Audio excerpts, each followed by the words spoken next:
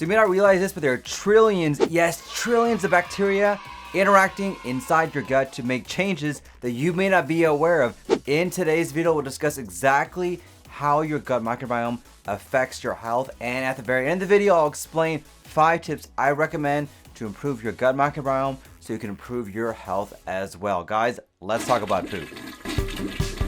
Hi y'all, Dr. Islam here, aka your poop guru and gut microbiome expert. I'm a board certified gastrologist trained at the Mayo Clinic. Come see us at LEC Gastro for all your GI needs and consider subscribing. So what exactly is the gut microbiome? Great question. I'm so glad I asked myself this question.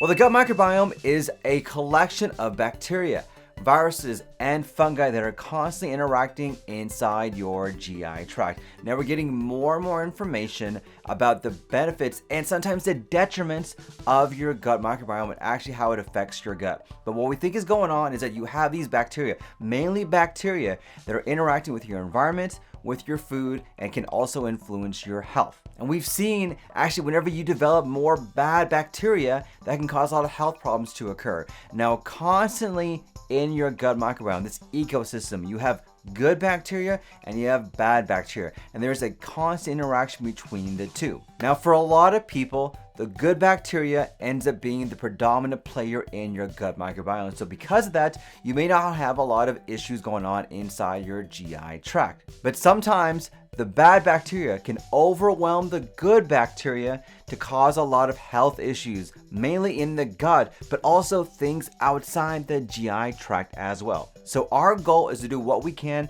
to promote good bacteria, but not only that, you want a diversity of bacteria inside your gut that can hopefully interact on a healthy basis of what's going on based on what you eat, your environment, and also what's going on inside your brain as well. Now, in terms of the health issues that we know that the gut bacteria can influence, we know there are GI issues and there are non-GI health problems as well. With respect to the GI issues, we know that the gut microbiome plays a role when it comes to IBS or irritable bowel syndrome. Studies have shown that those individuals that have IBS, a good percentage of them not only have bad bacteria, they have a minimal diversity of their bacteria going on inside your GI tract. And what we think is going on is that can manifest a lot of health issues, gut issues, symptoms like bloating, pain, diarrhea, and constipation as well. We know that the gut bacteria also influences a condition called IBD or inflammatory bowel disease, mainly Crohn's disease and ulcerative colitis. And we have seen studies suggesting that if we can alter the gut microbiome in our patients who have this condition, it can really change the course of their disease, making them more responsive to treatment, and actually can, in some individuals, reverse the course of inflammatory bowel disease. And we're also seeing studies of how the gut microbiome can also influence other conditions inside the gut, like GERD, nausea,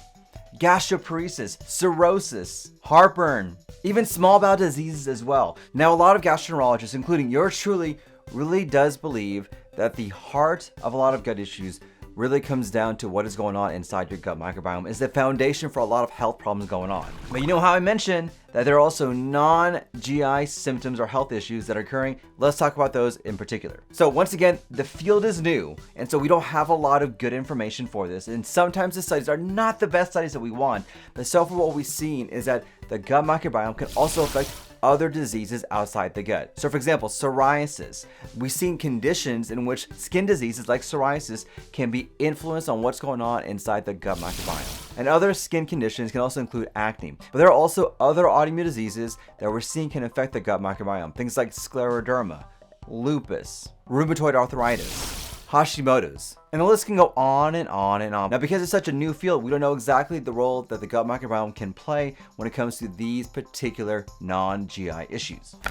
This video is sponsored by LEC Gastroenterology. This is my GI clinic based in Lubbock, Texas. Our passion is to give our patients the best comprehensive care in this area. And we try to focus what we can to do things naturally, whether it's a functional medicine approach, a natural approach, or ways that we can tailor medicine to make you feel better. So if you want to see us at LEC Gastroenterology for all your GI needs, call this number or contact us through our website. We can schedule you today to get your GI tract back on track.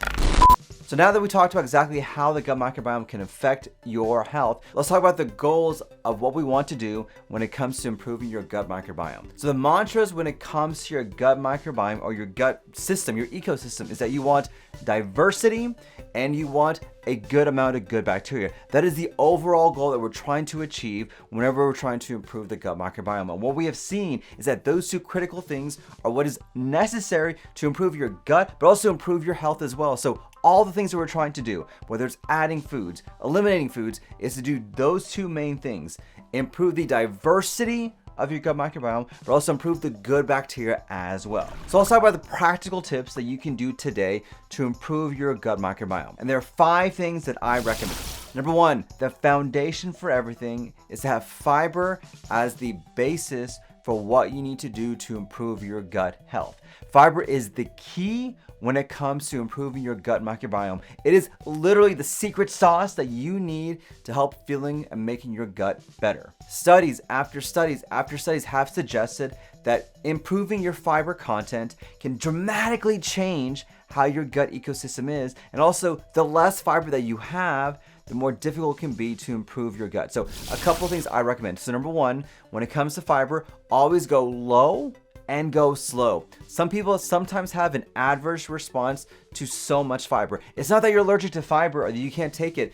The idea is that your gut microbiome is so out of whack that it doesn't have a chance to adapt to the amount of fiber that's going on inside your gut. So add fiber and go low and go slow when it comes to fiber. Tip number 2 is that you need to improve the diversity of your gut microbiome. And the number 1 way to do that is to have a wide variety of plants in your diet. Yes, I know, but plants are the source for you to improve that diversity to help your gut microbiome. Now, it's not any particular plants. Take the plants that you like, but the more diverse plants that you have, and the more plants that you add to your diet, this will give you the antioxidants, the minerals, and the fiber that you need to get your gut taken care of. Number 3, consider adding probiotics. So probiotics are supplements that you can add in that can help improve what's already going on inside your gut. So what I always say with probiotics is that it's not a miracle drug. So don't expect a complete change for this. If you don't change the basis, a probiotic may not help,